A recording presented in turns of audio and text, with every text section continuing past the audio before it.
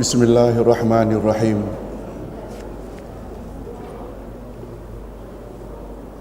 Alhamdulillah nahmaduhu wa nasta'inuhu wa nastaghfiruh wa na'udzu billahi min syururi anfusina wa min sayyiati a'malina.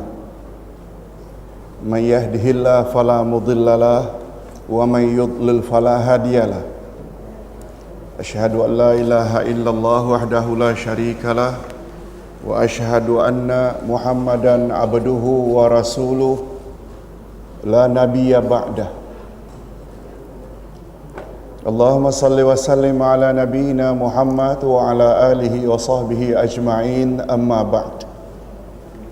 Hadirin dan hadirat yang dikasihi,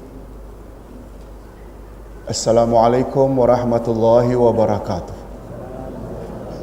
Alhamdulillah, kita bersyukur kehadirat Allah Azza wa Jalla. Berkat taufiknya, setelah cuti lebih dari sebulan,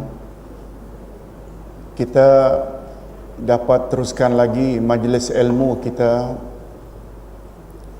dengan tafsir Al-Quran hari ini. Muka surat 155 kalau tak salah. Betul. Di bawah tajuk Bukti Cinta kepada Allah. Lihat muka surat 155. Kita akan bahas surat Ali Imran ayat 29 hingga 32. Di bawah tajuk Bukti Cinta kepada Allah.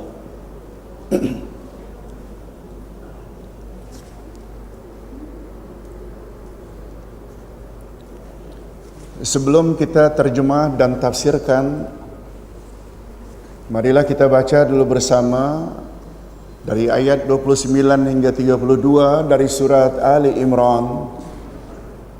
A'udzubillahi minasyaitonirrajim.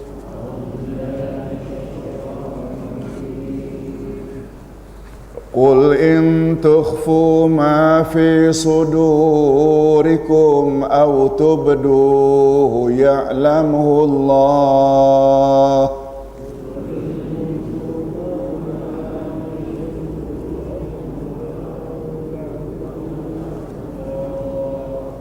Wa ya'lamu ma fi samawati wa ma fil ardh.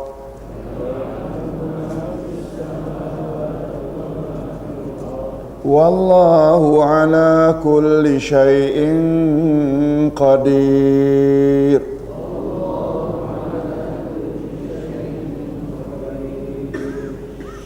Yawma tajidu kullu nafsin ma amilat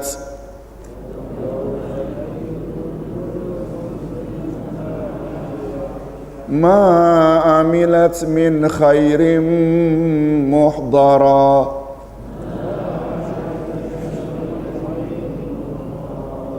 wa ma amilat min su' tawaddu law anna bainaha wa bainahu amadan ba'ida.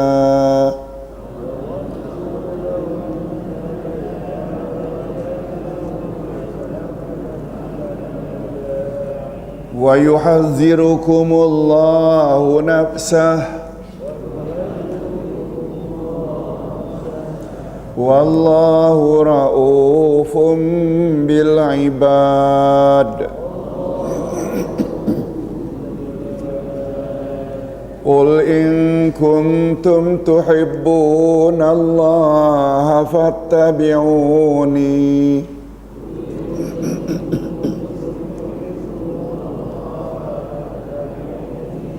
yuhibbukumullahu wa yaghfir lakum dzunubakum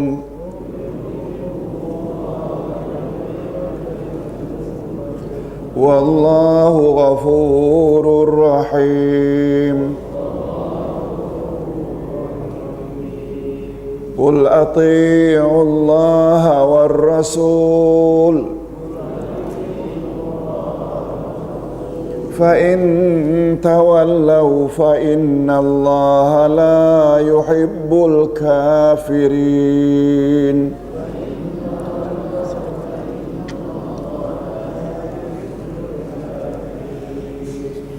Demikianlah ayat 29 hingga 32 dari surat Ali Imran di bawah tajuk Bukti Cinta kepada Allah.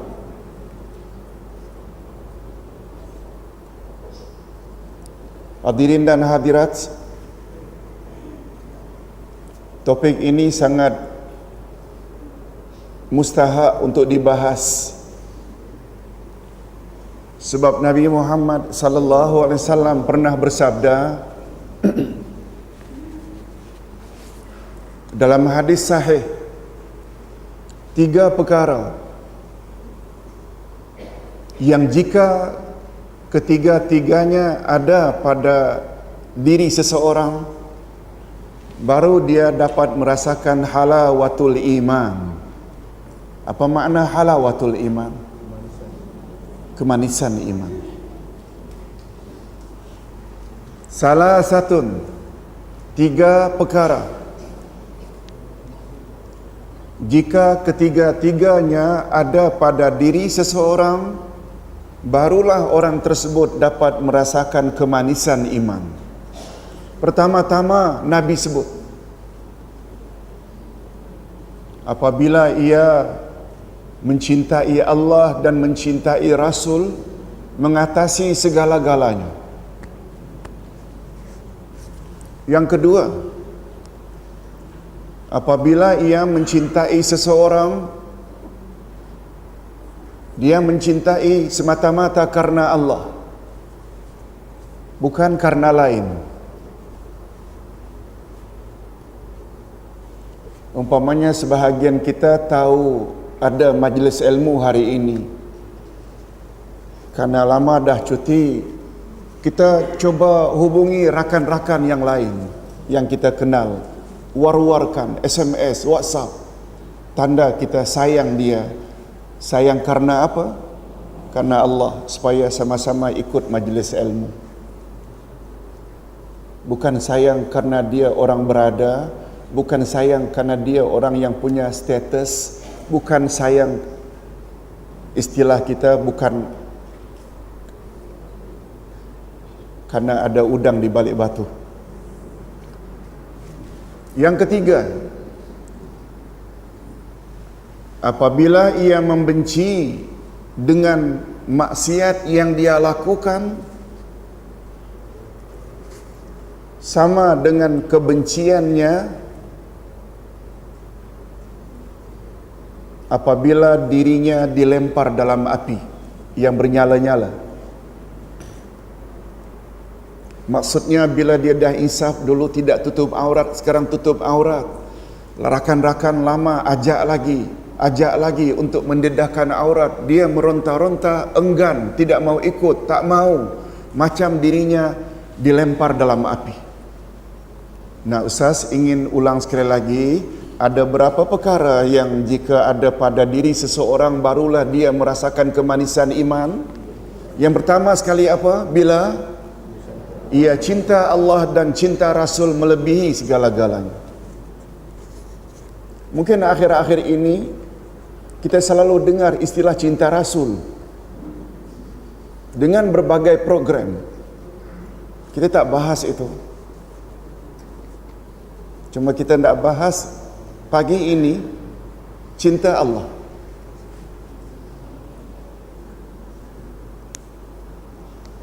Okey, terjemahan ayat.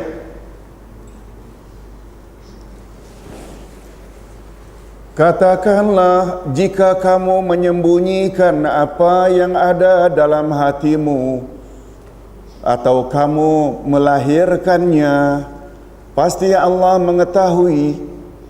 Allah mengetahui apa-apa yang ada di langit dan apa-apa yang ada di bumi. Dan Allah Maha Kuasa atas segala sesuatu.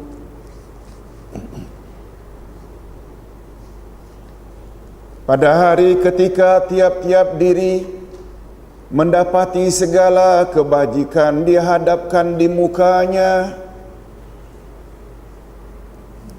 begitu juga kejahatan yang telah dikerjakannya. Ia ingin kalau kiranya antara dia dengan hari itu ada masa yang jauh, dan Allah memperingatkan kamu terhadap diri atau siksanya, dan Allah sangat penyayang kepada hamba-hambanya. Ayat 31, katakanlah, jika kamu benar-benar mencintai Allah, ikutilah aku. Niscaya Allah mengasihi dan mengampuni dosa-dosamu. Allah Maha Pengampun lagi Maha Penyayang. Ayat terakhir, katakanlah, taatilah Allah dan Rasul-Nya. Jika kamu berpaling, maka sesungguhnya Allah tidak menyukai orang-orang kafir. Na'udzubillahi min zalik. Nah, sekarang kita masuk tafsirannya. Ustaz ingin ulang sekali lagi, walaupun sudah berkali-kali diulang. Maklum cuti 1 bulan setengah, bimbang lupa. Kewajiban umat Islam terhadap Al-Quran ada berapa? 5. Pertama, al-imanu bihi, beriman pada Al-Quran. Yang kedua, tilawatuhu, membacanya dengan tajwid makhraj yang betul. Yang ketiga, al-fahmu bihi, memahaminya. Yang keempat, al-amalu bih, mengamalkan isi kandungan yang telah kita baca, imani dan fahami, kita amalkan. Dan yang kelima, tablighuhu ilal akharin, sebar-sebarkan, sampaikan pada orang lain. Oleh sebab itu, setuju tak kalau Ustaz katakan umat Islam belum lagi memadai kalau hanya pandai membaca Quran walaupun dengan gaya dan tajwid, makhraj yang baik. Andai kata dia tak faham. Betul tak? Matlamat Quran yang paling utama diturunkan untuk dibaca, untuk dijadikan pedoman. Dan mustahil Quran dapat dijadikan pedoman bila kita tak faham. Oleh sebab itu, untuk memperbaiki bacaan perlu ilmu tajwid, untuk beriman pada Quran perlu ilmu akidah, tetapi untuk mengamalkan Quran agar kita faham perlu kepada tafsir Al-Quran. Okey, tafsiran ayat. Pada ayat-ayat yang terdahulu, Allah Subhanahu Wa Taala melarang orang yang beriman mengambil orang kafir sebagai teman karib atau pemimpin atau penolong, jika hal yang demikian itu dapat merugikan umat Islam sendiri. Bekerja sama dengan orang kafir boleh, tak salah, dengan syarat kerjasama itu tidak merugikan umat Islam.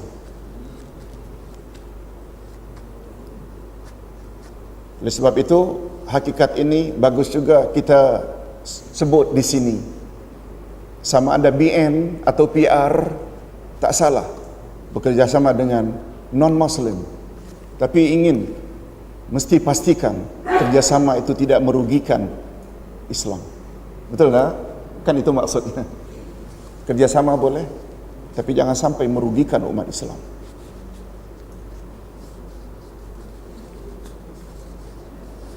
Larangan itu tidak lain hanyalah untuk menjaga dan memelihara kemaslahatan agama, serta agar kaum muslimin tidak terganggu dalam usahanya untuk mencapai tujuan yang dikehendaki oleh agamanya. Jangan sampai agama kita dihalang akibat kerjasama dengan non-Muslim. Bila itu terjadi, maka kerjasama hukumnya haram. Na'udzubillahi min zalik. Mudah-mudahan negara kita Malaysia yang dicintai terhindar dari bahaya itu. Hadirin dan hadirat rahimakumullah. Tetapi Allah tidak melarang jika bentuk persahabatan dan persetujuan kerjasama tersebut dapat menjamin kemaslahatan orang-orang Islam. Kerjasama macam itu tidak salah.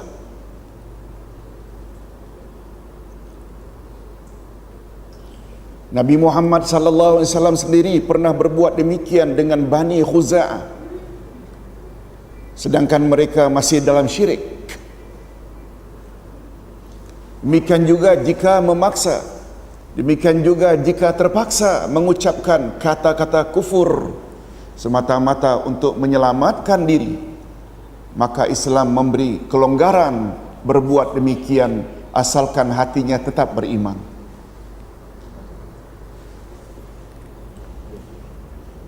Dalam Islam ada satu peringkat yang namanya darurat. Bila dah sampai ke peringkat darurat, yang tak boleh hukumnya boleh. Boleh tak dalam keadaan biasa tidak darurat kita menyebut Tuhan itu ada anak? Tak boleh. Boleh tak kita katakan bahawa Tuhan itu tiga? Tapi bila parang di leher, pistol di kepala untuk ditembak oleh musuh, kalau kamu tidak sebut Allah ada anak, akan ku tembak. Boleh tak Ustaz katakan ketika itu kita dalam darurat? Katakan saja mulut, tapi hati tetap mengatakan lam yalid walam yulad. Boleh tak? Berdosa tak? Tidak. Ini yang dimaksudkan oleh kaedah, tolong ikuti, ad-darurat tubihul mahzura. Bila dah sampai ke peringkat darurat, yang tak boleh hukumnya jadi boleh. Itu namanya rukhsah, kelonggaran.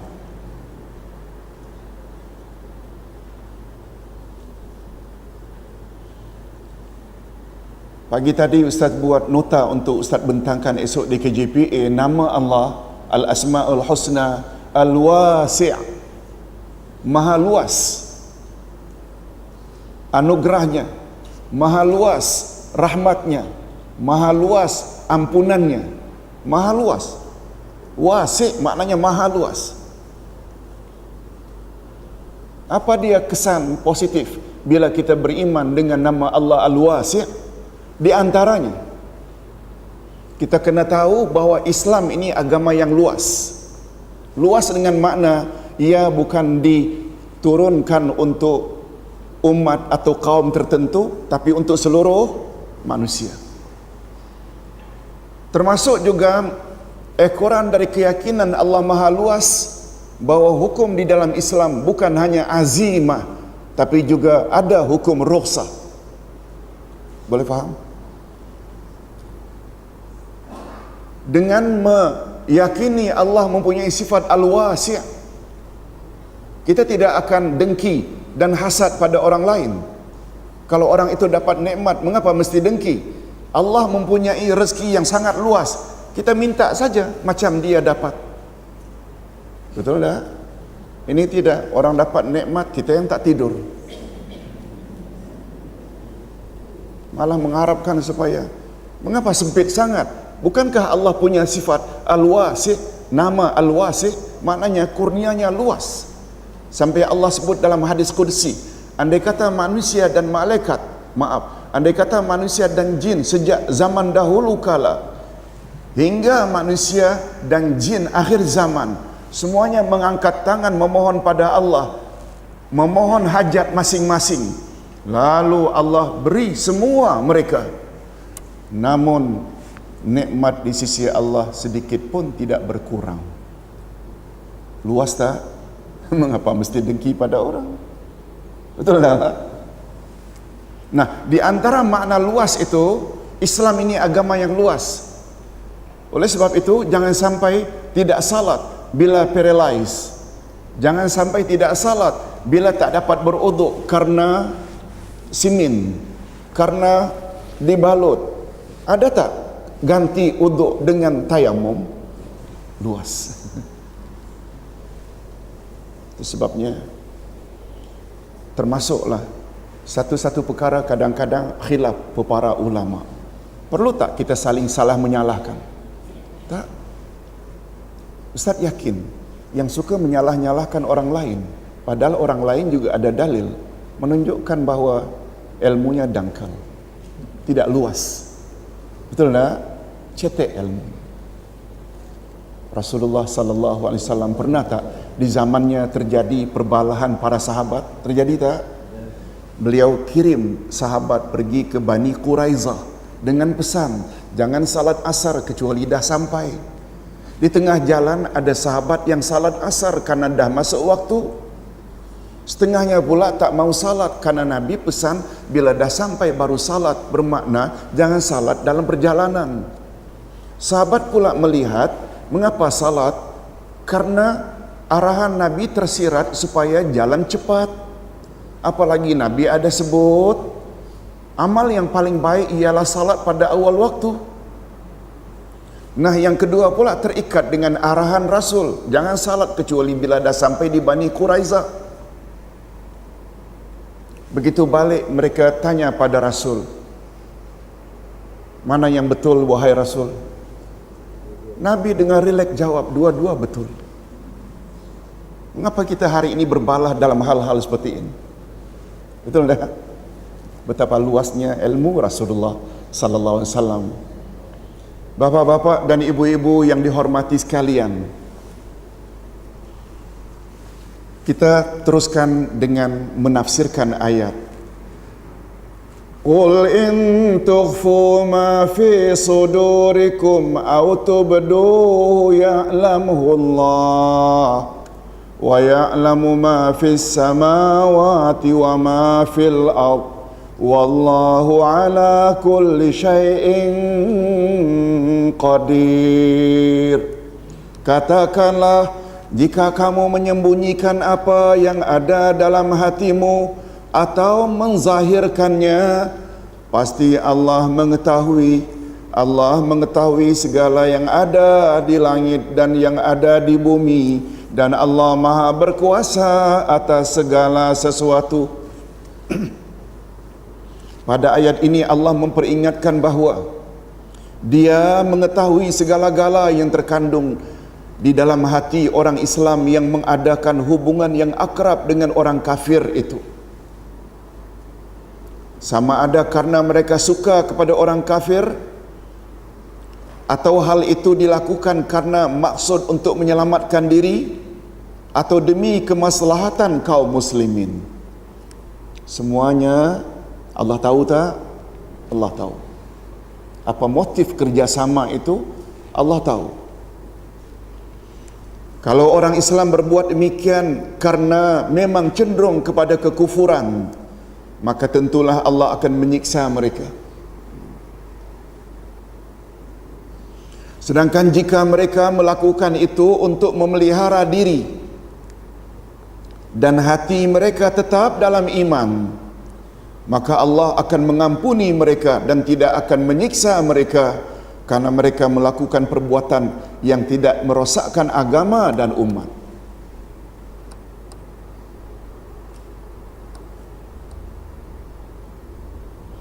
Boleh tak kita ambil guru tuition matematik, English dari non-Muslim?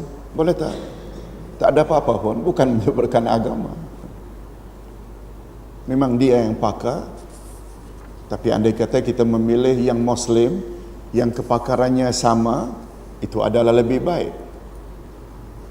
Allah Subhanahu wa ta'ala memberikan pembalasan kepada mereka menurut ilmunya yang luas, yang meliputi langit dan bumi. Allah akhiri ayat di atas dengan Allah Maha berkuasa atas segala sesuatu, mengandung isyarat bahawa kaum muslimin jangan berani mendurhakainya, sebab semua maksiat, sama ada yang tersembunyi maupun yang nampak, sentiasa diketahui oleh Allah, dan Dia berkuasa memberi pembalasan terhadap siapa yang melakukan maksiat tersebut. Itu sebabnya barangkali jemaah masih ingat, karena perkara ini Ustaz ulang berkali-kali sebelum cuti, bahawa hukum bila dibagi berdasarkan tempat, maka hukum terbagi dua, di dunia dan di akhirat. Itu tempat. Hukum yang berlaku di dunia namanya hukum agama.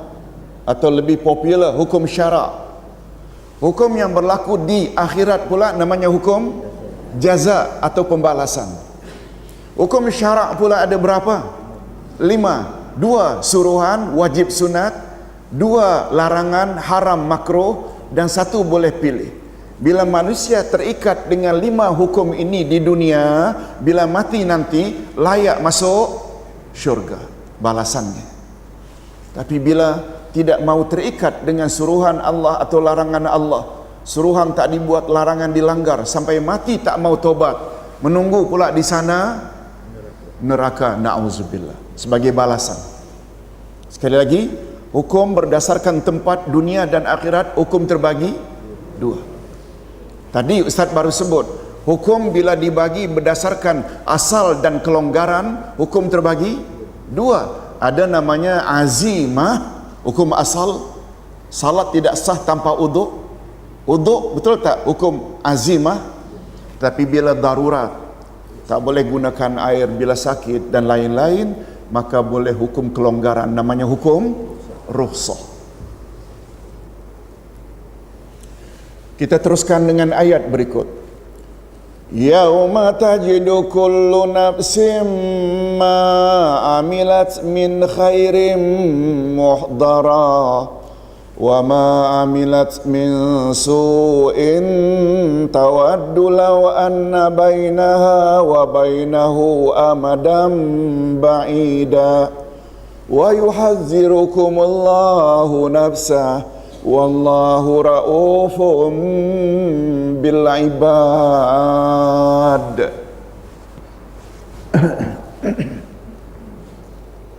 Pada hari ketika tiap-tiap orang mendapati segala kebajikan di hadapan atau di mukanya. Hari apa itu? Hari kiamat, hari berbangkit. Semua aktiviti yang kita lakukan di dunia akan Allah hadapkan di depan kita nanti di padang mahsyar. Begitu juga kejahatan, bukan amal baik saja. Begitu juga kejahatan yang telah dikerjakannya. Nah, terhadap kejahatan yang Allah hadirkan ketika itu, apa yang dia mau? Dia ingin kalau kiranya antara dia dengan hari itu ada masa yang jauh. Kalau boleh jangan jumpa hari itu. Begitu takutnya dia. Yang dia pernah minum arak, yang dia pernah berzina, yang dia pernah rasuah, yang dia pernah membunuh. Orang tak tahu sehingga tidak dihukum di dunia.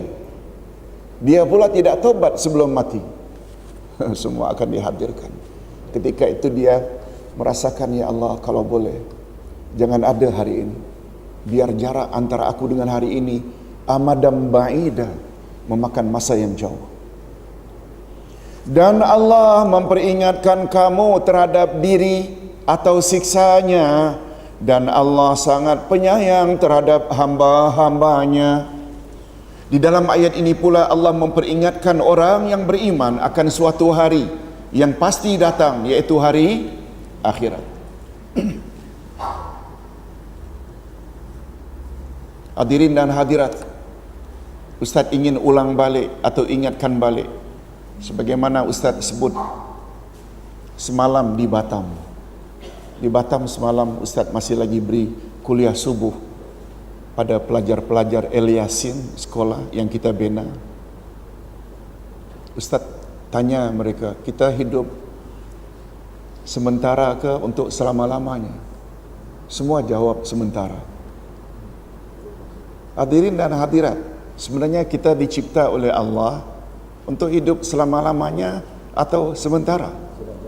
Selama-lamanya. Jangan lupa, tolong ikuti perkataan para sahabat, khuliqan nasu lil abad walakinnahum yantaqiluna min darin ila dar.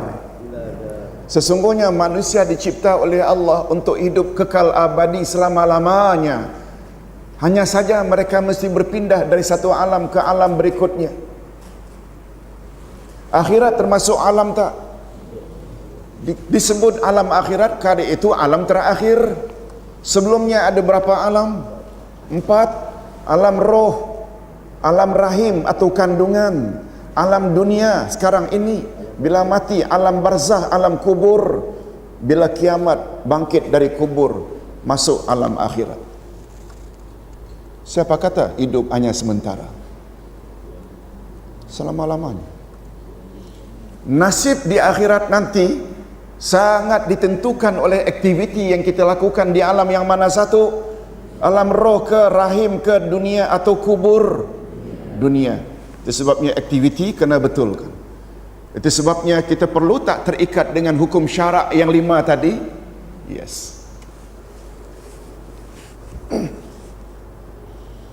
Bapa-bapa dan ibu-ibu yang dikasihi sekalian, dalam ayat ini Allah memperingatkan orang yang beriman akan suatu hari yang pasti datang, yaitu hari akhirat, di mana pada hari itu tiap-tiap orang akan menyaksikan sendiri segala perbuatannya selama hidupnya. Orang-orang yang baik akan menerima ganjaran kebaikannya dan mereka sangat senang dan gembira. Mudah-mudahan kita termasuk golongan ini. Amin ya rabbal alamin. Apalagi mereka yang rajin attend kelas. Nabi bersabda sallallahu alaihi wasallam, man salaka tariqan yaltamisu fihi ilma sahalallahu lahu bihi tariqan ilal jannah. Siapa sungguh-sungguh pergi ke majlis ilmu, niscaya Allah mudahkan baginya jalan menuju ke syurga. Mudah-mudahan kita termasuk golongan ini. Amin. Demikian juga sebaliknya, orang yang banyak melakukan kejahatan akan menyaksikan pula kesemua kejahatannya, dan mereka menginginkan kejahatan itu dijauhkan daripada mereka sejauh-jauhnya. Kalau boleh jangan jumpa.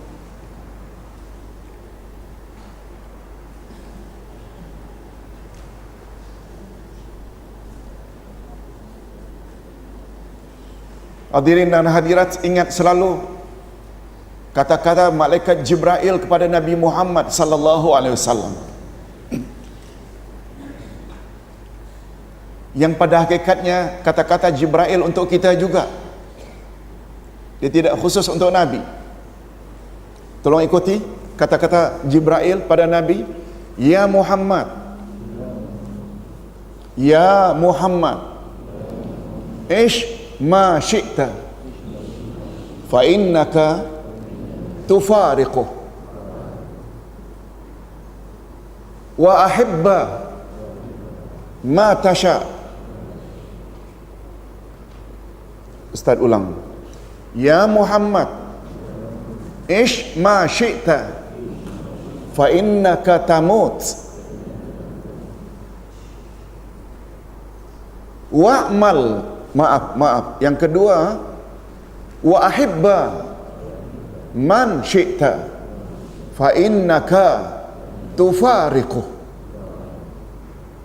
wa'mal ma syi'ta fa innaka mulaqi. Ingat selalu hadirin dan hadirat kata-kata Jibril ini pada Nabi. Apa kata Nabi? Apa kata Jibril? 3 perkara. Wahai Muhammad, hiduplah kamu sesuka hatimu, tapi ingat suatu hari nanti kau akan mati juga. Betul tak? Kullu nafsin za'iqatul maut. 1. Hiduplah sesuka hatimu, tapi ingat satu hari nanti kau akan wafat juga. Fa innaka tamut. Yang kedua, wa ahibba man syi'ta fa innaka tufariquh. Wahai Muhammad, sayangilah, cintailah siapa yang engkau ingin sayangi dan cintai, tapi ingat suatu hari nanti engkau akan berpisah juga dengannya. Kita kasih isteri, kita kasih anak, ibu bapa, abang adik, betul tak? Akhirnya kita akan berpisah juga.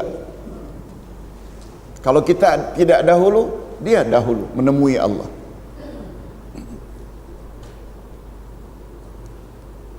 Nah, yang terakhir, wa'mal ma syi'ta fa innaka mulaqi Wahai Muhammad,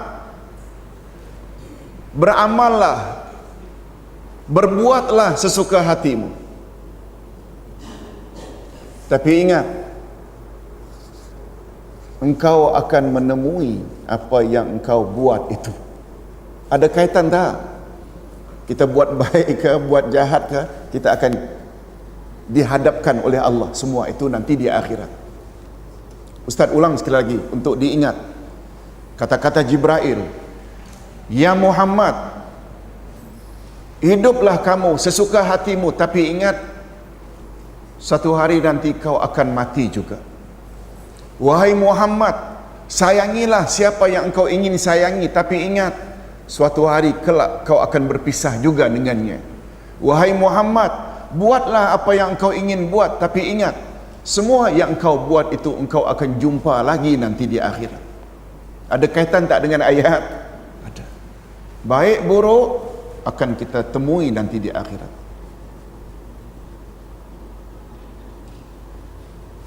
Hadirin dan hadirat rahimakumullah. Kemudian Allah mengulangi lagi amarannya agar manusia berwaspada terhadap siksaannya, supaya mereka berwaspada, berhati-hati, takut akan siksaannya. Maksudnya, hendaklah manusia takut akan kemurkaannya, yaitu dengan cara mengerjakan kebajikan, menolak muslihat syaitan, dan bertobat kepadanya. Kemudian ayat ini ditutup dengan perkataan, dengan pernyataan Allah bahwa Allah Maha Penyayang terhadap hamba-hambanya. Al-Hasan Al-Basri berkata, di antara bukti kasih sayang atau ra'fah, ra'uf itu, yang sifat yang ada di dalam ra'uf, ra'fah, sifat Allah kepada hamba-hambanya ialah antara lain, di antara bukti raufnya Allah kepada hambanya ialah pertama, dia yakni Allah memperingatkan manusia akan dirinya, memperkenalkan kepada mereka kesempurnaan ilmu dan kodratnya. Sebab sesiapa yang telah mengetahui hal ini dengan sempurna, maka dia pasti merasa terpanggil untuk mencari keredaannya dan menjauhi kemurkaannya.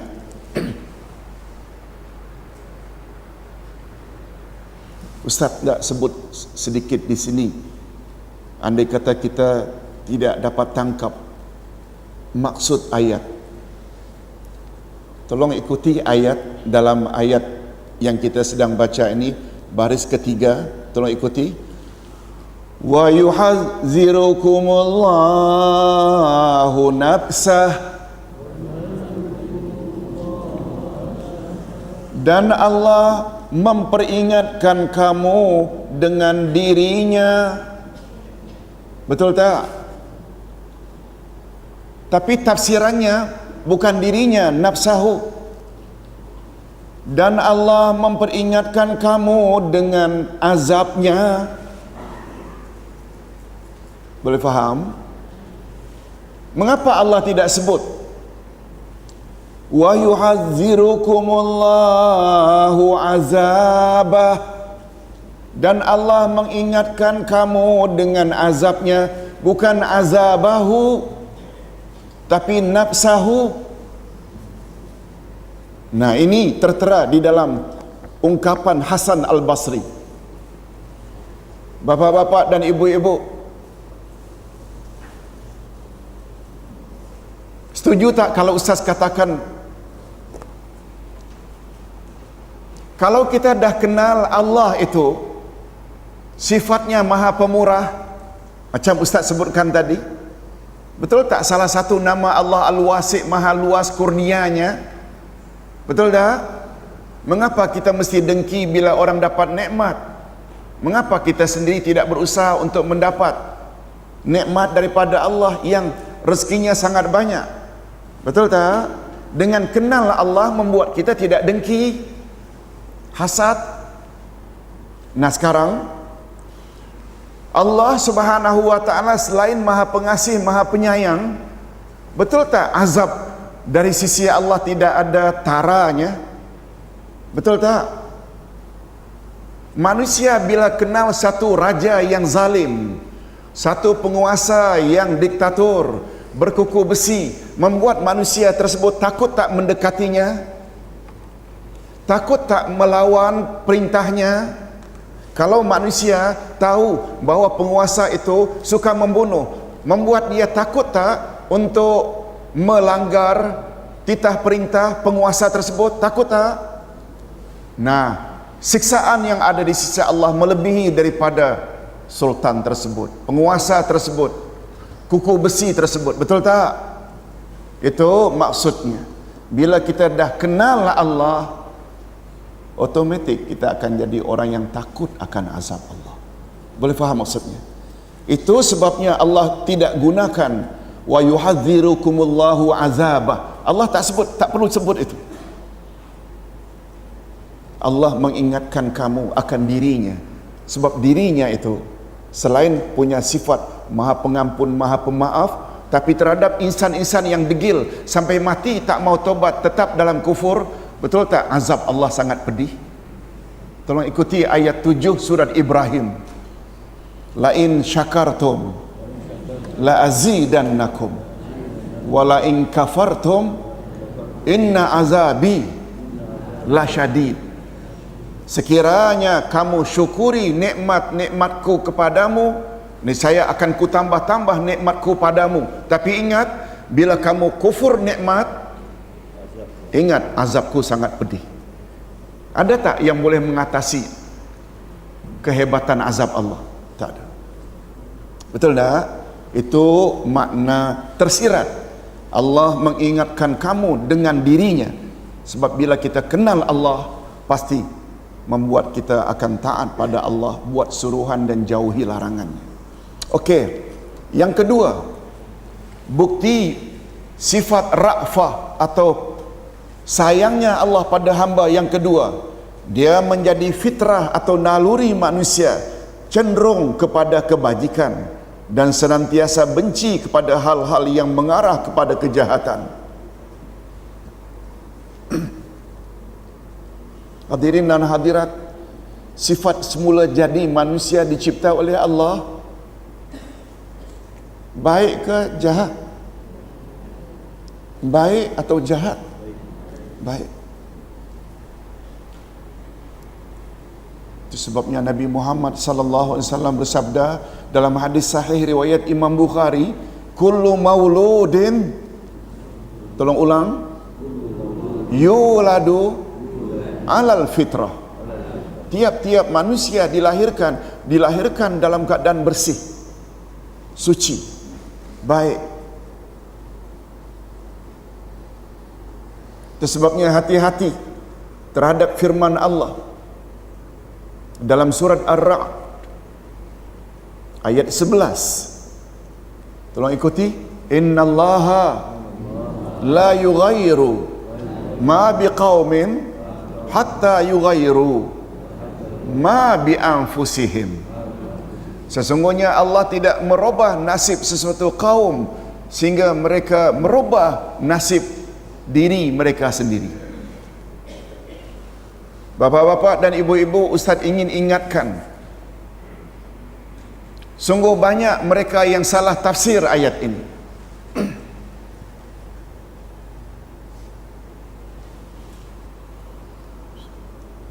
Si ayah kata kepada anaknya yang nakal, "Nak, mengapa kamu degil sangat? Mengapa kamu jahat sangat? Robahlah nak, robah." Ayah hanya boleh beri nasihat. Kamu mesti robah dirimu sendiri. Lalu dibaca ayat tadi, Allah tidak akan merubah nasib seseorang kecuali jika orang itu sendiri yang merubahnya. Itu tafsiran yang salah. Merubah dari jahat kepada baik salah. Oh, kalau begitu Ustaz, tafsir mana yang betul? Ibu-ibu dan bapa sekalian, tolong beri respon. Betul tak kita semua berasal dari Nabi Adam dan Siti Hawa?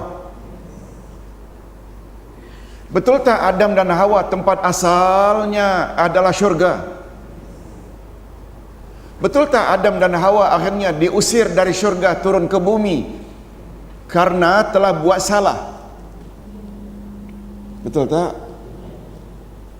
Ini bermakna Adam diusir oleh Allah karena dia telah robah kehendak Allah. Allah mau dia jadi penghuni syurga, lalu dia ikut rayuan syaitan. Akhirnya karena dia sendiri yang robah, lalu Allah robah menjadi di luar syurga. Boleh faham maksud Ustaz? Boleh faham? Bukan merubah dari jahat menjadi baik, bukan. Kita asalnya betul tak penghuni syurga? Mengapa ada manusia masuk neraka? Karena dia dah robah asalnya, yang baik tadi jadi jahat. Bukan Allah yang merubah, dia sendiri yang robah jadi jahat. Sebab itu baru masuk neraka jangan salahkan Allah, salahkanlah dirimu. Boleh faham? Ha? Dia nampaknya macam lebih kurang.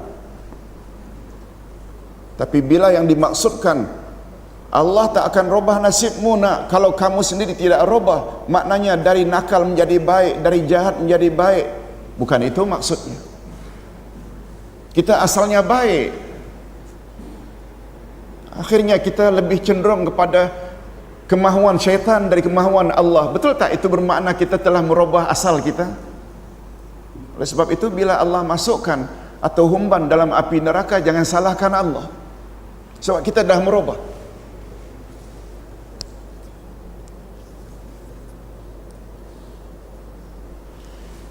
Untuk itu bapak-bapak dan ibu-ibu, majlis ilmu yang kita adakan ini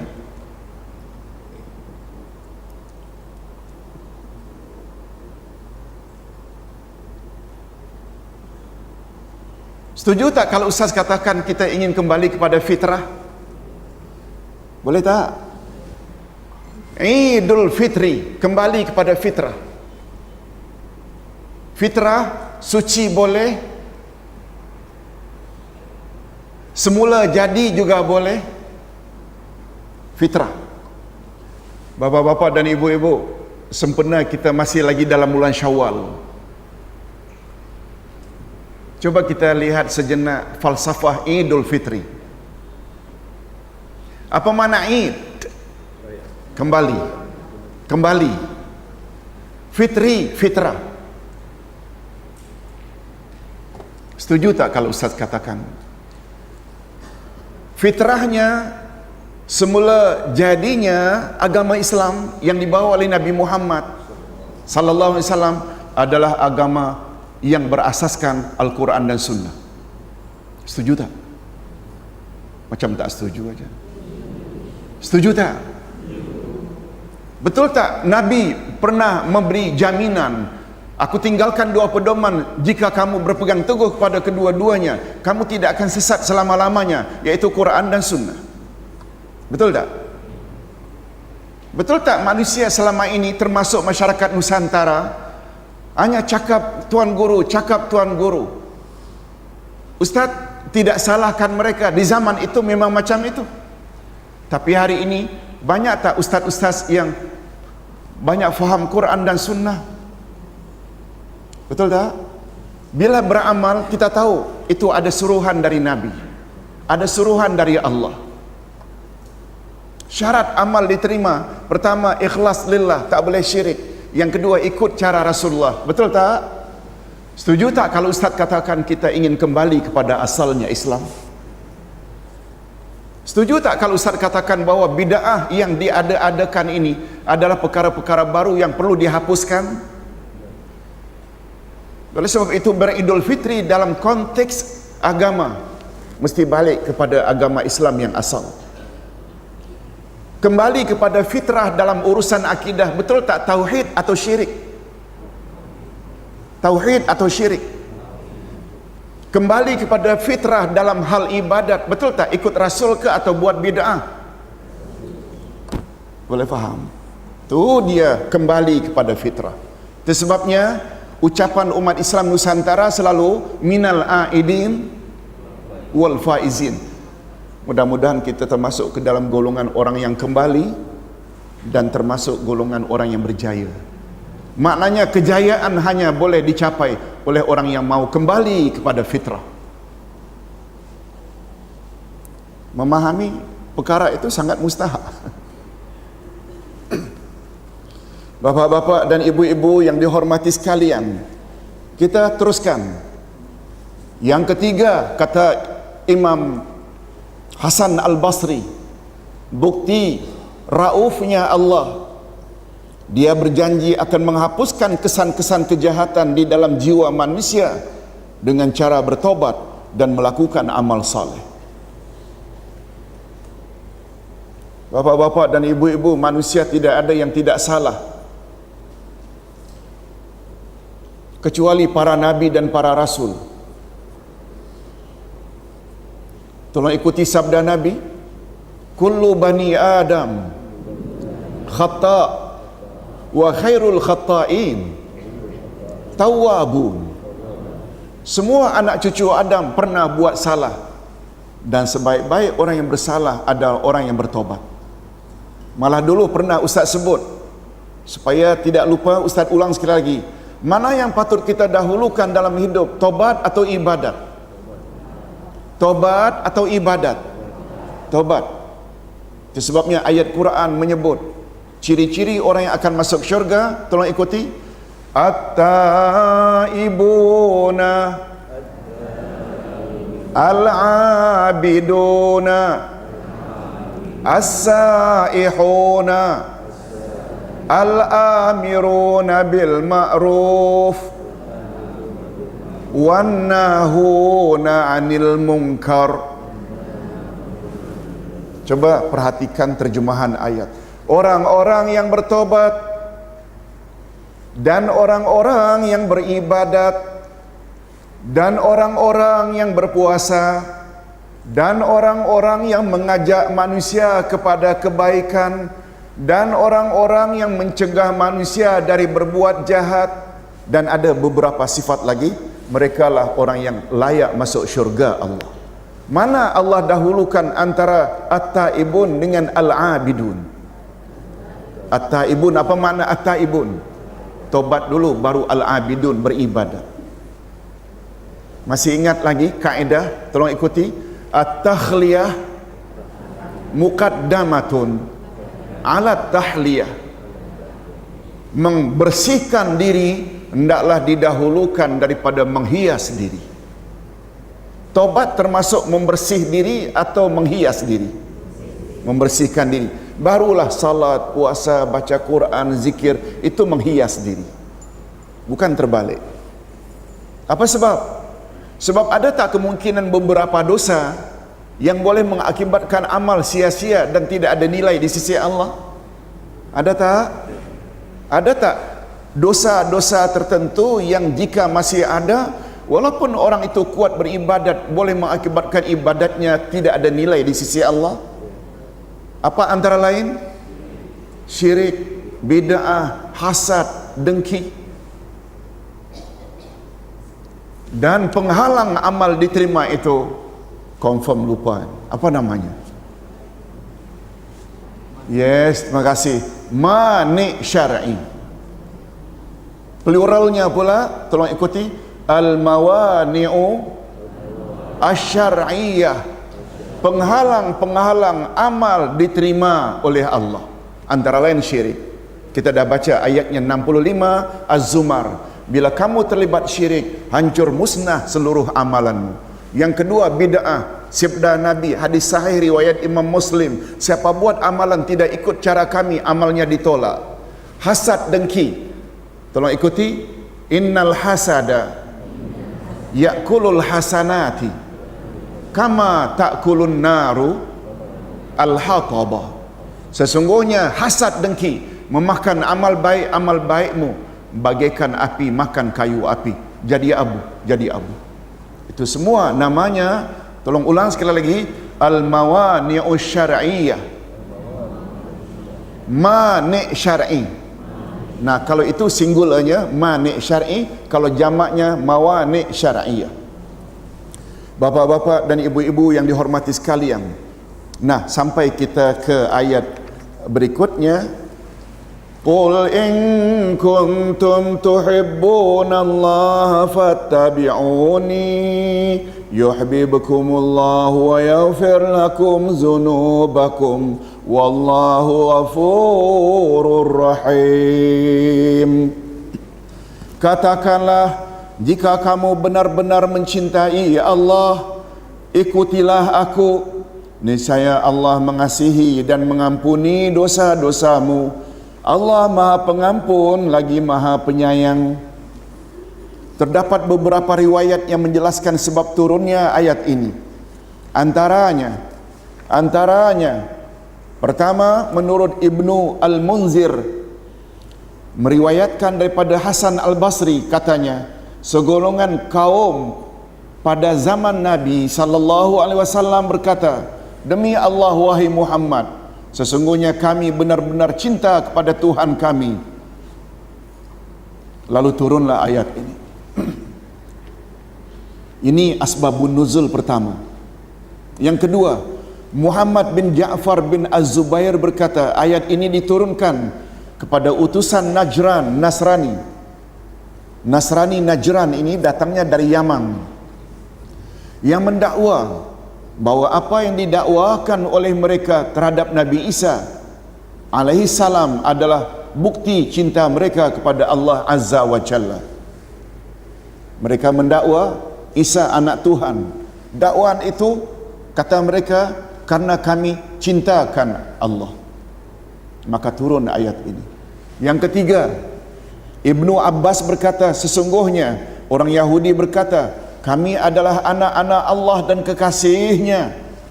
Lalu turunlah ayat di atas. Ketika Nabi Muhammad sallallahu alaihi wasallam menyampaikan ayat ini kepada Yahudi, lalu mereka enggan menerimanya.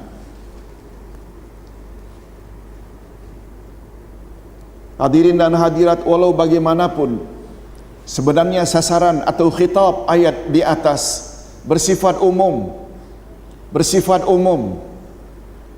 yaitu mencakupi seluruh orang yang mendakwa cinta kepada Allah, mentaati Allah dan mengikuti perintahnya, sedangkan dia tidak mengikuti Rasulullah sallallahu alaihi wasallam. Ustaz ulang sekali lagi. Dalam kaedah ilmu tafsir, dan ia termasuk salah satu kaedah utama, tolong ikuti, al-ibratu bi umumil alfaz la bi khususil asbab. Segala pengajaran dalam Quran adalah seumum lafaznya, ia bukan khas untuk orang yang karenanya ayat itu diturunkan.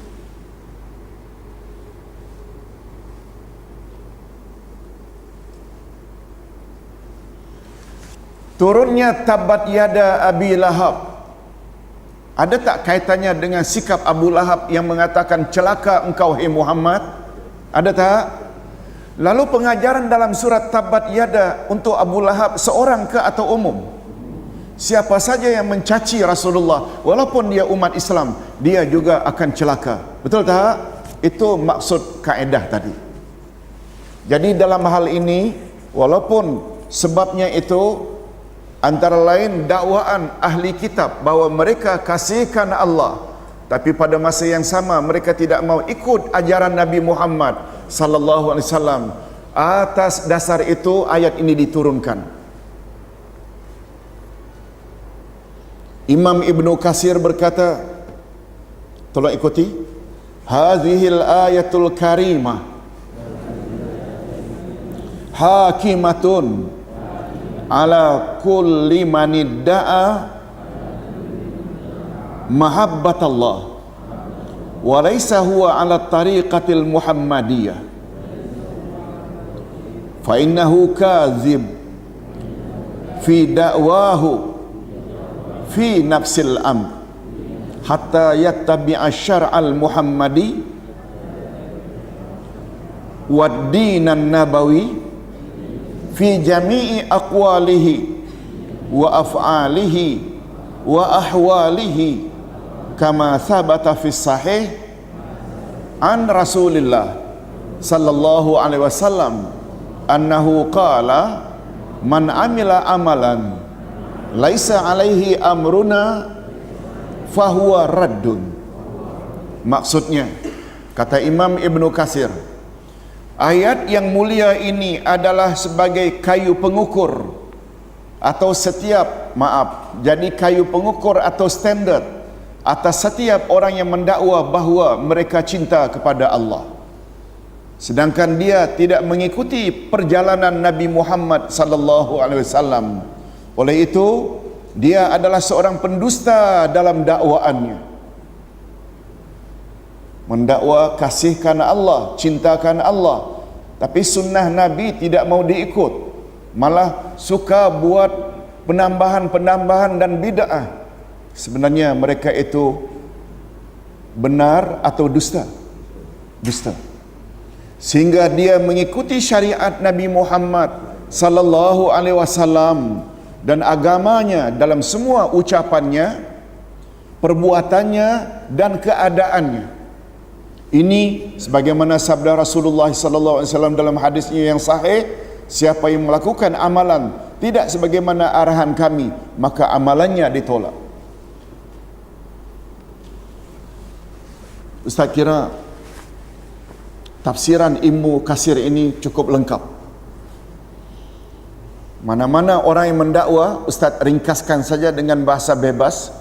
Kata Imam Ibnu Katsir, siapa-siapa saja yang mendakwa dirinya cinta kepada Allah, tapi pada masa yang sama sunnah Rasul dia tidak mau ikut, dia adalah pendusta.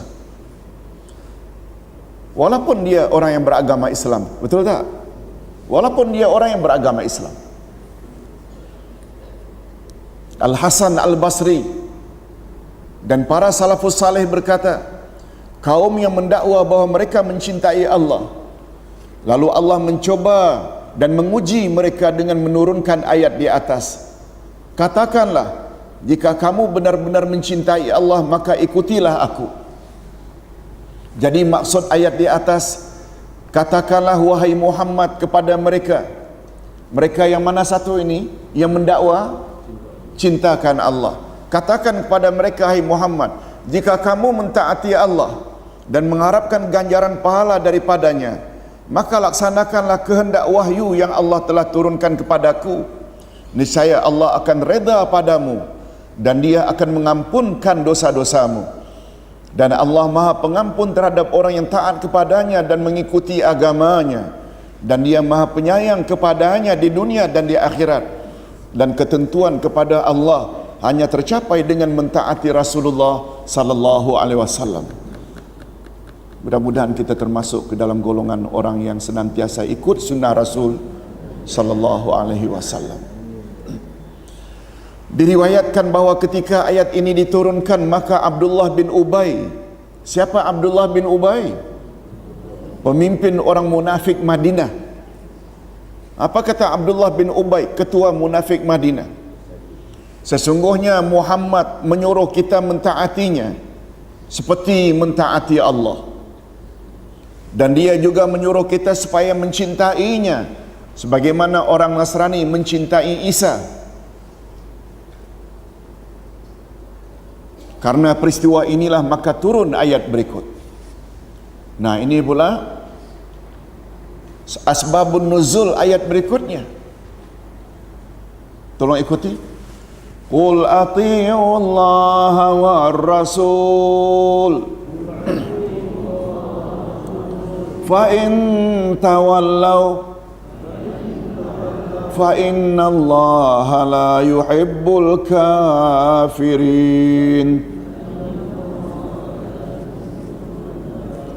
Katakanlah, taatilah Allah dan Rasulnya. Jika kamu berpaling, maka sesungguhnya Allah tidak menyukai orang-orang kafir. Nah, dalam ayat ini pula Allah suruh mentaatinya sajakah atau mentaati juga Rasul? Ini untuk menolak dakwaan Abdullah bin Ubay bin Salul yang kononnya mendakwa Muhammad suruh kita mentaatinya, sebagaimana Nasrani Kristian mentaati Isa. Maknanya mereka tak setuju untuk mentaati Nabi Muhammad sallallahu alaihi wasallam. Padahal bapa-bapa dan ibu-ibu, Ustaz pernah sebut sekedar pengulangan. Hak Allah sama tak dengan hak Nabi Muhammad atau beza? Sama atau beza? Beza. Allah lain, Nabi Muhammad lain. Bila hak Allah kita tujukan kepada Nabi Muhammad, boleh rosak tak akidah kita? Apa antara lain hak Allah? Ibadat. Termasuk tak memohon pertolongan? Oleh sebab itu, bila ibadat dan memohon pertolongan ditujukan kepada Nabi Muhammad setelah beliau wafat, atau ketika beliau masih hidup beribadat pada Nabi Muhammad, sujud pada Nabi Muhammad, boleh tak bawa syirik? Memohon kepada Nabi Muhammad agar berdoa agar Allah ampun kita ketika masih hidup, boleh tak? Ketika masih hidup. Tapi setelah baginda wafat, boleh tak? Tak. Masih ingat kisah Umar ibn Khattab ketika Madinah dilanda kemarau panjang? Baginda telah wafat. Umar mendatangi paman Rasul bernama Abbas atau datang ke kuburan Nabi. Pada Abbas, minta tolong doakan. Maknanya doa orang yang masih hidup boleh tak? Tapi kepada orang yang dah meninggal dunia, walaupun Rasulullah, tak boleh. Oleh sebab itu, bila hak Allah diberikan kepada selain Allah, walaupun Rasul, boleh bawa syirik. Tetapi kata Syekh atau Dr. Abdul Karim Zaidan dalam kitabnya Usulud Dakwah, ada satu hak saja antara Allah dengan hak Rasul sama betul. Hak apa itu? Tolong ulangi. Haqqut ta'ah, hak ketaatan. Itu sebabnya dalam Al-Quranul Karim selalu tak kita jumpa setelah menyebut ati'ullah, diulang sekali lagi ati'ur Rasul. Betul tak? Ayat 59 surat An-Nisa. Tolong ikuti. Ya ayyuhalladzina amanu ati'ullah wa ati'ur rasul wa ulil amri minkum. Hei orang-orang yang beriman, taatlah kamu kepada Allah dan taatlah kamu kepada Rasul dan pemimpin-pemimpin kamu. Ada persamaan tak antara mentaati Allah dan Rasul? Ada persamaan tak? Apa persamaannya? Diulang sekali lagi, ati'u di depan Rasul. Setelah ati'u di depan Allah, ati'u Allah, diulang sekali lagi, wa ati'ur Rasul. Sama tak taat Allah, taat Rasul dengan taat pemimpin ulil amri? Ada berapa jenis ulil amri? Dua. Pertama, umara, pemimpin kenegaraan, presiden, sultan, PM, MB. Tak ada kaitan dengan Selangor. Satu lagi, ulama. Ulama ini termasuk tak mufti, hakim mahkamah syariah, termasuk tak para pendakwah, duat? Ulama. Indonesia dipanggil kiai, maulana kalau di Pakistan. Ada beza tak iman taat Allah, taat Rasul dengan taat ulil amri? Ada beza tak? Itu sebabnya ati'u tidak disebut di depan ulil amri. Boleh faham tak? Itu rahasianya. Namun demikian, dalam ayat tersebut, betul tak kita disuruh mentaati tiga pihak? Dua atau tiga? Tiga. Allah, Rasul dan ulil amri. Cuma derajat ketaatan kepada ulil amri bersyarat selagi tidak bercanggah dengan kehendak Allah dan Rasul. Tetapi dalam hal mentaati Allah dan mentaati Rasul sama betul. Itu sebabnya Nabi Muhammad sallallahu alaihi wasallam pernah bersabda, "Man ata'ani faqad ata' Allah." Ayat Quran. Siapa taat padaku bermakna ia taat pada Allah. Betul tak Nabi Muhammad adalah utusan resmi daripada Allah? Itu sebabnya kalau kita hanya ucap asyhadu an la ilaha illallah tapi enggan ucap wa asyhadu anna Muhammad Rasulullah, belum sempurna keislaman kita, malah belum muslim lagi. Sebab beriman pada Allah, orang kafir juga beriman pada Allah. Lebih-lebih orang Yahudi dan Nasrani. Tetapi Yahudi dan Nasrani tetap Yahudi dan tetap Nasrani. Betul tak? Ada kaitannya karena mereka reject Muhammad Rasulullah. Betul tak? Bapak-bapak dan ibu-ibu yang dihormati sekalian, maksud ayat, katakan wahai Muhammad kepada mereka, taatilah Allah, yaitu dengan mengikuti suruhannya dan menjauhi larangannya, dan taatilah Rasulnya, yaitu dengan mengikuti sunnahnya dan menurut pedoman daripadanya. Jika kamu berpaling atau menyalahi ajarannya, maka Allah tidak akan reda kepadamu dan tidak akan mengampuni dosa-dosamu, karena Allah tidak suka kepada orang-orang kafir. Na'udzubillahi min zalik. Ayat ini menjadi dalil bahawa sesiapa yang berpaling daripada ajaran dan petunjuk Rasulullah sallallahu alaihi wasallam boleh membawa kepada kufur, karena Allah mengakhiri ayat di atas dengan, maka sesungguhnya Allah tidak menyukai orang kafir. Itu memberi isyarat tidak taat kepada Rasulullah boleh membawa kepada kufur, dan Allah tidak menyukai orang-orang yang memiliki sifat demikian walaupun mereka mendakwa cinta kepada Allah dan dekat kepadanya. Bapak-bapak dan ibu-ibu, topik pembahasan kita pada hari ini bukti cinta kepada Rasul.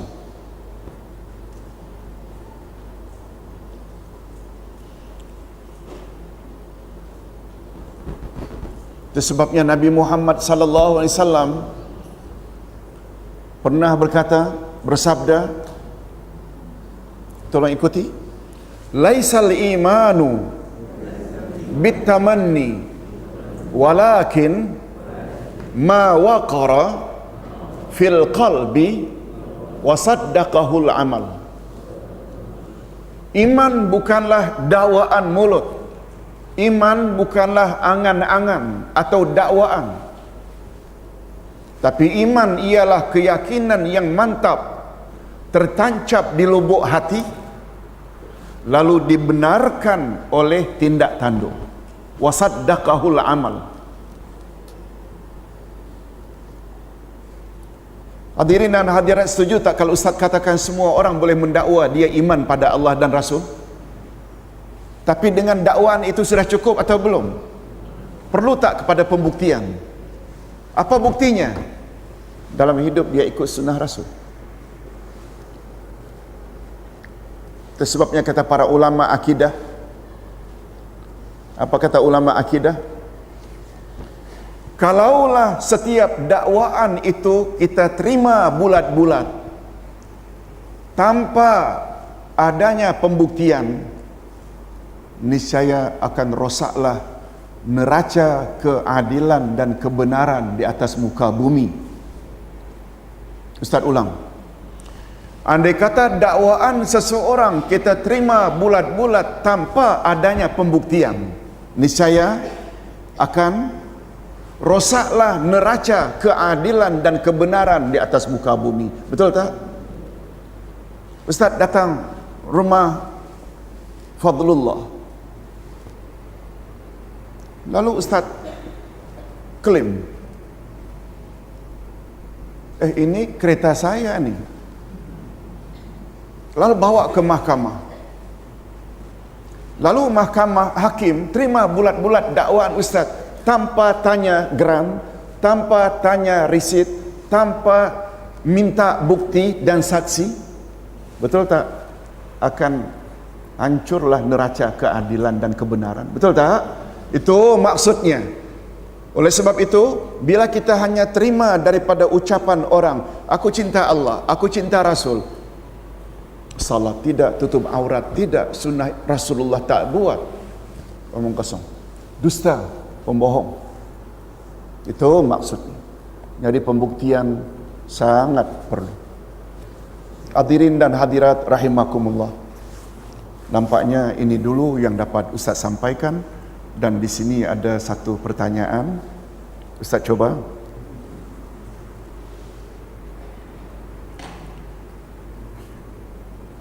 Ustaz, di Indonesia yang kaya sumber alam dan sedang giat membangun. Terdapat banyak mall, pasar serba ada, modern, menjamur. Tahu menjamur ya? Macam cendawan tumbuh di musim hujan. Yes, macam cendawan tumbuh di musim hujan.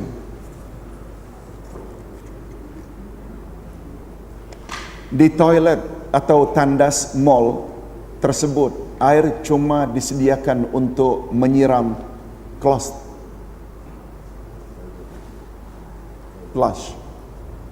Sementara ceboknya cukup disediakan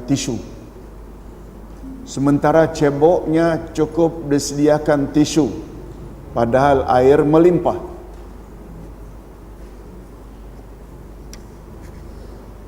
Apakah kondisi macam ini bisa disamakan dengan istinja, cebok pakai batu, seperti di zaman Rasulullah sallallahu alaihi wasallam? Memadai atau tidak? Tolong Ustaz beri penjelasan. Okey. Karena ada bahagian akhir, itu bolehlah Ustaz jawab. Tapi yang pertama tadi sepatutnya di SBY, ditujukan kepada Susilo Bandar Jokowi. Ya, dahsyat. Ustaz duduk 4 hari di Indonesia. Tak payahlah Ustaz sebut di sini. Nanti keputusannya bukanlah Presiden sudah muktamad belum.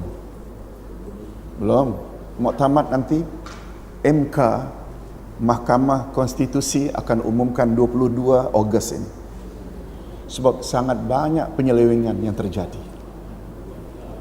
Biasalah tu. Kemana-mana. Cuma bila ditanya bab istinja, ini tak ada kena mengena Indonesia lah. Hadirin dan hadirat,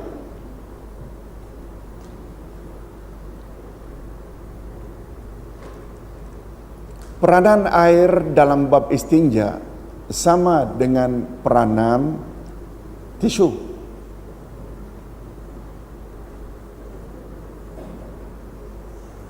Jangan kata orang yang pakai tisu itu tidak bersih.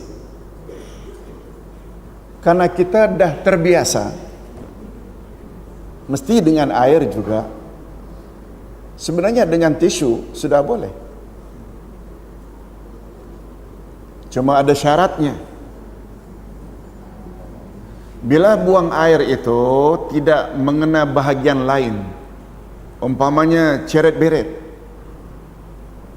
sampai mengena bahagian bukan tempat keluar saja, tapi mengena bahagian lain, di situ tidak boleh istinja. Tapi bila keluar tempat memang dia begitu keluar dan normal najisnya, dengan tisu sudah memadai, dan dia nanti ambil uduk untuk salat, sah salatnya. Ibu-ibu dan bapa-bapa sekalian, kita yang ikut majlis ilmu jangan sama ya dengan orang yang tidak ikut majlis ilmu. Yang tidak ikut majlis ilmu hanya biasanya berdasarkan kebiasaan. Kalau nenek moyang dah biasa macam itulah agamanya. Padahal sebenarnya tidak begitu. Betul tak? Dalam agama perlu kepada dalil. Pertama, syaratnya najis yang keluar tidak mengena bahagian lain. Tisu sebenarnya batu. Dan batu ini tidaklah semesti batu. Syaratnya pula dia mesti bersih. Batu itu mesti bersih. Nabi SAW pernah istinja ketika beliau dalam perjalanan. Begitu disampaikan oleh sahabat beberapa ketul batu, lalu Nabi tolak. Ini tai onta. Lalu Nabi keluarkan hadis, najis tidak boleh membersihkan najis. Dapat faham? Dari situ syarat pertama mesti bersih. Yang kedua, bukan makanan. Jangan pula istinja dengan roti, dengan makanan, tak boleh.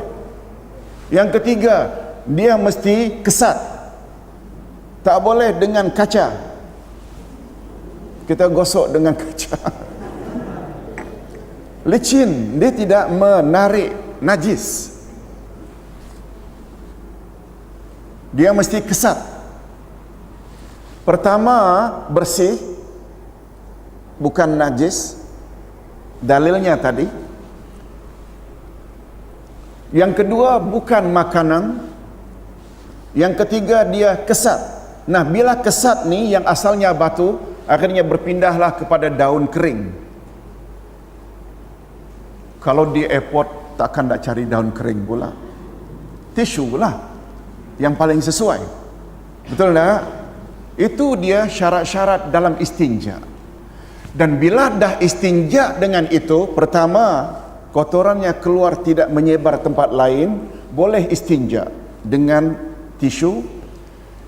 Tisu mewakili batu pada asalnya, syaratnya ada 3, tidak boleh najis, tidak boleh dari bahan makanan, dan kesat, tidak licin. Oleh sebab itu, bila di Singapura, bukan hanya di Indonesia, di Singapura, apalagi di London, di France, di Belanda, semuanya tisu saja, bukan air. Betul tak? Jangan bimbang, buang air, gunakan tisu, kemudian di basin kita beruduk tentu dengan air, lalu salat. Jangan anggap kita tadi istinja itu masih bernajis lagi tempat kita buang air. Itu yang Ustaz tahu. Wallahu a'lam. Apa? Okey. Itu hanya fadilat. Afdalnya witir. Kalau boleh tisu itu sekali, yang kedua kalinya lebih bersih, yang ketiga kalinya memang sudah tidak lagi tertarik semuanya najis itu. Terima kasih. Itu mengingatkan Ustaz, memang sebaiknya witir. Witir maknanya, sebab maklumlah, kali pertama barangkali masih lagi melekat najisnya, yang kedua sudah makin berkurang, yang ketiga clear. Jangan was-was. Gara-gara ikut was-was akhirnya tak salat. Jangan. Nah, di sinilah bapa-bapa dan ibu-ibu, kata Nabi, tolong ikuti hadis sahih riwayat Imam Bukhari, faqihun wahidun asyaddu ala syaitan min alfi abid. Orang yang faham agama satu orang lebih ditakuti oleh orang yang banyak beribadat 1000 orang. Satu lebih ditakuti dari 1000 orang yang banyak beribadat tapi jahil. Dia sanggup tidak salat karena tidak ada air untuk istinja, tidak ada air untuk basuh atau cebok. Padahal sebenarnya Islam memperuntukkan hukumnya boleh. Okey, masanya dah habis. Kita jumpa lagi minggu depan, masih di sini lagi. Sebab ada open house katanya lagi. Dan satu lagi bertepatan Ustaz kira hari kemerdekaan. Betul tak 31? Yes, itu memang confirm cuti. Confirm cuti. Datanglah seorang-seorang diri sini. Okey, kita tutup dengan tasbih kafarat. Maaf, Ustaz ingin umumkan ada harapan dari jemaah kita yang akan bawa akikah dan korban ke Kamboja di bawah pimpinan Dato' Hanafiah dan Ustaz kita, Ustaz Hafiz.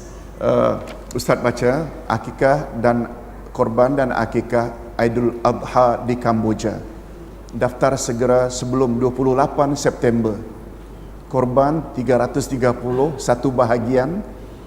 Akikah 660, satu ekor kambing. Hubungi Ustaz Hafiz bin Yaakob atau Datuk bersama meringankan kesusahan saudara seakidah kita di Kamboja. Ustaz memang pernah ziarah pondok-pondok di Kamboja. Padahal waktu itu Ustaz tidak datang pada bulan Idul Adha. Sudah 5-6 bulan berlalunya Idul Adha. Tapi stok daging mereka simpan begitu rupa masih fresh lagi. Begitu untuk makan anak-anak dalam asrama, anak-anak miskin, anak-anak yatim. Oleh sebab itu sangat bagus kalau kita melibatkan diri. Sekian, kita tutup dengan tasbih kafarat. Jumpa lagi minggu hadapan dengan buku apa ya? Akidah. Akidah 3 ya Ustaz ya? Akidah 3 tak? Akidah 3. Subhanakallahumma wa bihamdik asyhadu an la ilaha illa anta astaghfiruka wa atubu ilaik. Wassalamualaikum warahmatullahi wabarakatuh.